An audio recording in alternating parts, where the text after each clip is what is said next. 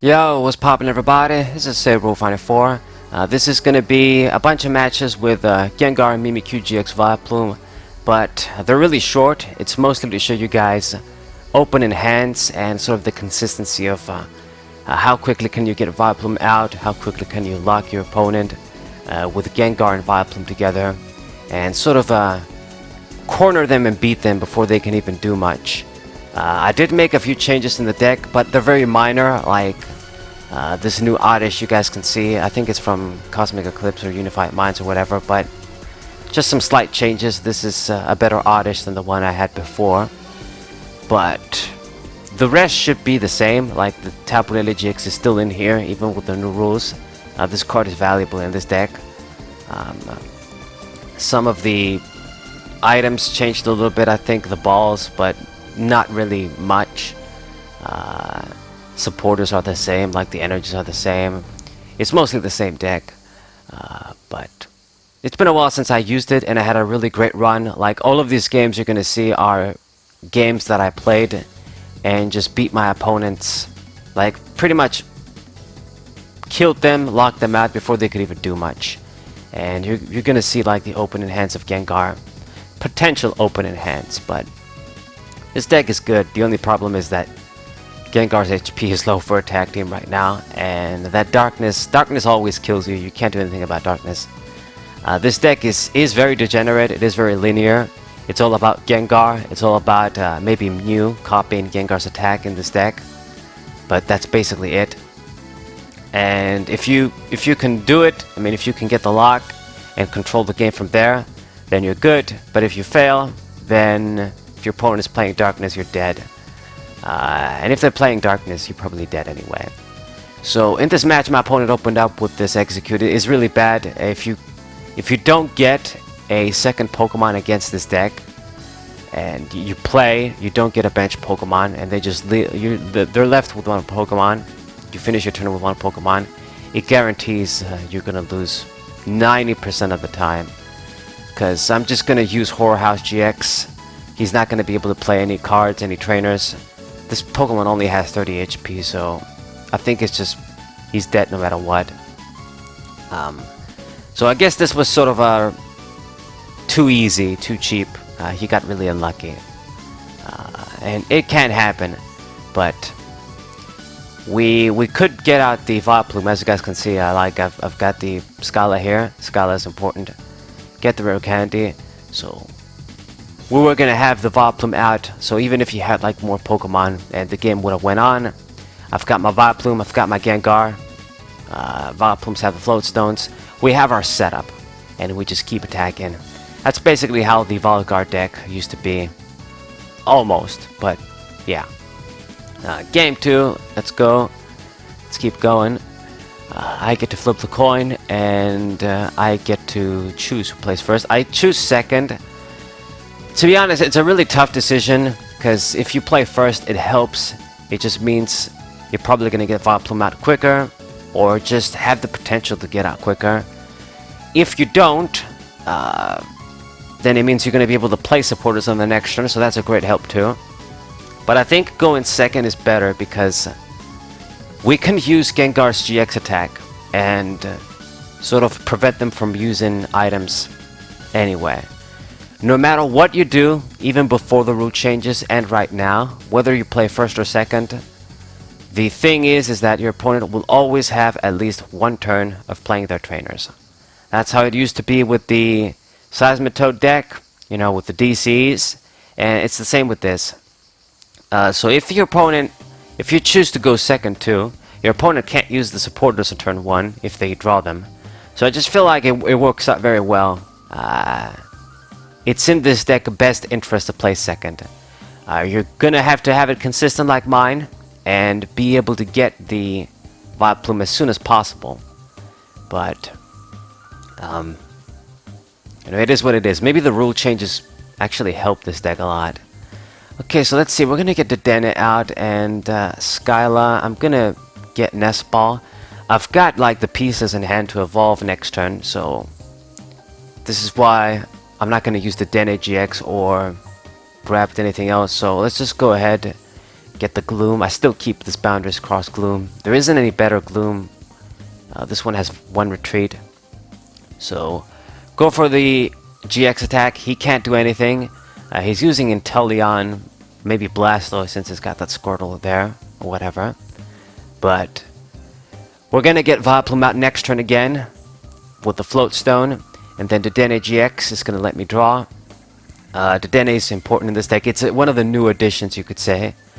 I mean, I did, when the new rule changes happened, I think at least I showed you guys an updated version of this or some matches. I don't remember, to be honest, but it's been a while since I've used it, that's for sure. But Dedenne is a must in this deck right now. I've got 2 Mews as well, because Mew is just great.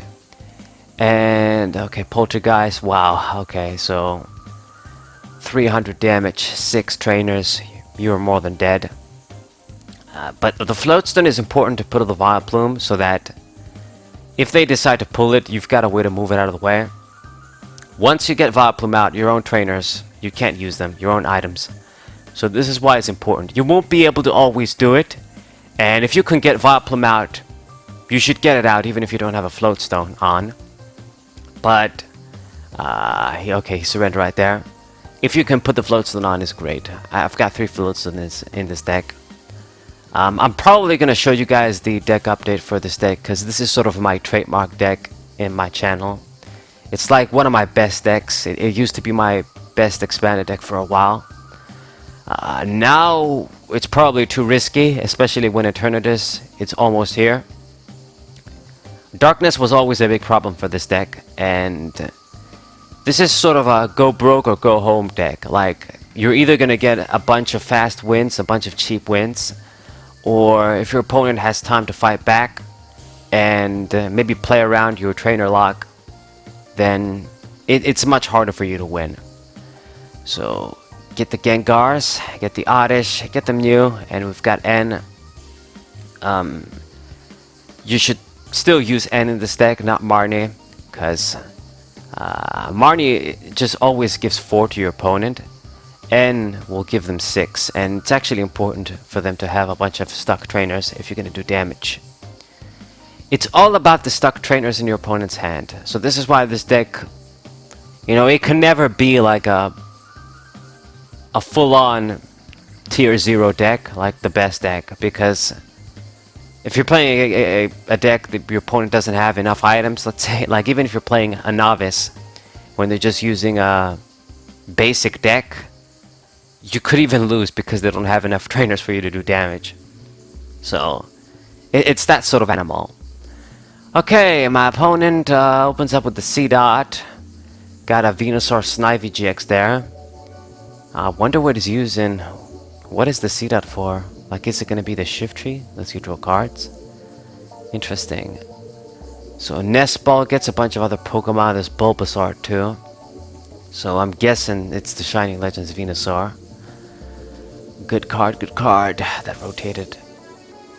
But, you know, I've got my Psychic Energy, I've got my Odysseus down. You know, when you have a turn like that, it's still strong. I mean, we have our supporter, we're gonna draw, we've got the Float Stone. Got an Energy Attachment. Energy Attachments are important, of course, in this deck, because there isn't any Energy Acceleration. So, got the Candy, won't be able to use that, but N, gonna go ahead and do that. And very, very good. I've got what I need.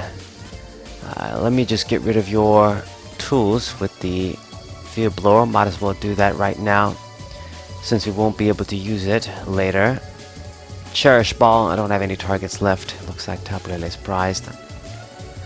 And we are going to go with Whorehouse GX. The great sort of interaction with this deck is that Gengar can give you that 1 extra free turn of item lock. So even if you don't get Vileplume out, he gives you that time to sort of, okay, I can't get out the Vileplume yet, but I'll be able to next turn, and then I can effectively item lock my opponent. And it's basically your best aim, like the goal, is to just give them only 1 turn of items. then there's an item lock. Okay, now we're ready to go. 200 damage, that's good enough. Gengar. I mean, his damage is sort of feeling the power creep too. Like, before, you would be able to kill some GX Pokemon easily with this. Now you've got the regular V Pokemon that have like 210. So they're like stage 1 GXs without being stage 1s. And they'll be able to survive, and I mean, you guys understand. Stronger Pokemon with more HP, like the VMAXs. So it's tough, but you know, I guess it is kind of a nice, cool deck to use and expanded. For me, anyway. So another win. We've got 3 in a row right now. Not bad, not bad. And keep going indeed with Gengar. Game 4, or I think it's game 4, whatever. So open up with Oddish here. And this is why the float stones are very important. Like another reason they're important. In the beginning, if you open with Oddish, the only way you can really move it out of the way is with float stones. If you have to sacrifice a psychic energy, sometimes you have to do that, but it means that you're not attaching on Gengar. And let's see, I think I can't do much here. I'm playing first this time, so I'm gonna search the Vileplume here.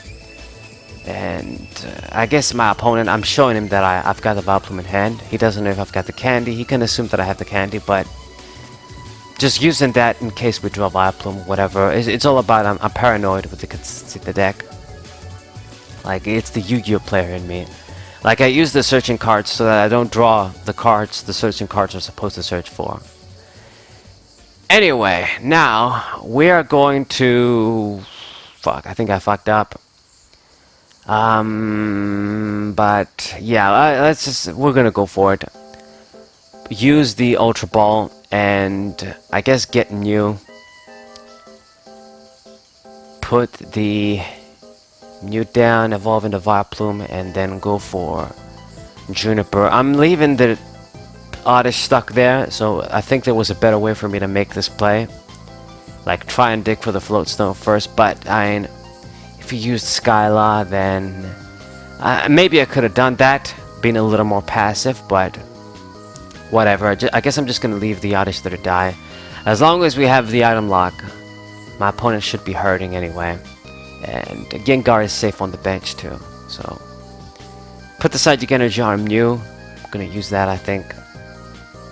And wow, just freaking... This bitch got 5 hits with these baby trio, a normal Pokemon there. Alright, so we're gonna go for poltergeist now though, and just enough, 250 for the trainers and you're dead. So another kill, just fast and easy like that. Another victory. Yeah, but I just hope you guys are enjoying and learning all the ins and outs of this Gengar deck. Just giving away all the tips. So I get to flip the coin again. This is gonna be, I think, game 5, game 6. I don't know. I think it's game 5. This is 5 games here. Okay, open up with Gengar and Tapu Lele. I just fucking love Tapu Lele GX, man. It's a shame it can't be as good as it used to be before, but it's still an invaluable partner for this Gengar deck. It's a Pokemon we can attack with as an alternative attacker. It's a Pokemon that can get me a supporter that I need to get me the Skyla, get me the... Before it used to be Brigettes, like I used to run Brigettes to get the Oddishes and other basic Pokemon down quick. There's so many things you can do with this deck. But right now, it's just, I guess, to fetch me any supporter besides Brigitte. And it looks like my opponent is going to be using like a Snorlax VMAX deck, if he's using the Snorlax V. So a tough opponent, but if I lock him out quick, then he can't do shit. Man, I really miss back in the day when ghost Pokemon like this Gengar would be like, have the colorless resistance. But I guess since colorless Pokemon don't hit anything for weakness, they decided what's the point of letting Pokemon have resistance to them? It's a bit unfair. So it makes sense, but I'm always gonna love how things were in 3rd gen and 4th gen. With all of the weakness and resistance variety and all this shit. We don't have that anymore. And I think we're never gonna have it again. That's a bit sad. Okay, so get the N, and I'm just gonna go ahead and use it. I'm gonna help my opponent, but we don't have Cynthia's in this deck. It's just N and Junipers and shit. So get the Psychic Energy, and I have everything I need anyway. Let's go ahead and use this since it's the only chance I'm gonna get anyway. So Horror House GX, you do not get to play cards again. We're gonna get out the Vileplume, and I'm gonna be ready to go. I still have this sort of Pokemon Center lady in here as a tech. I mean, she doesn't do as much as before, since this guy 240 HP isn't what it used to be. But yeah, I guess we shouldn't talk about Pokemon Center Lady right now. My opponent is going to be close to scooping here. Just starting with 200. Already got the Vileplume. What is he going to do? He's got that huge ass hand there, but he can't do shit. So it's going to be a quote unquote GG. It's not a really good GG when you win like this, but it's a reality. At least I'm doing stuff fair and square. But I hope you guys enjoyed this compilation of Gengar matches. Hope you guys subscribe to the channel and leave a like. Share this video with your friends. And I'll see you guys next time. So April Final 4 will say...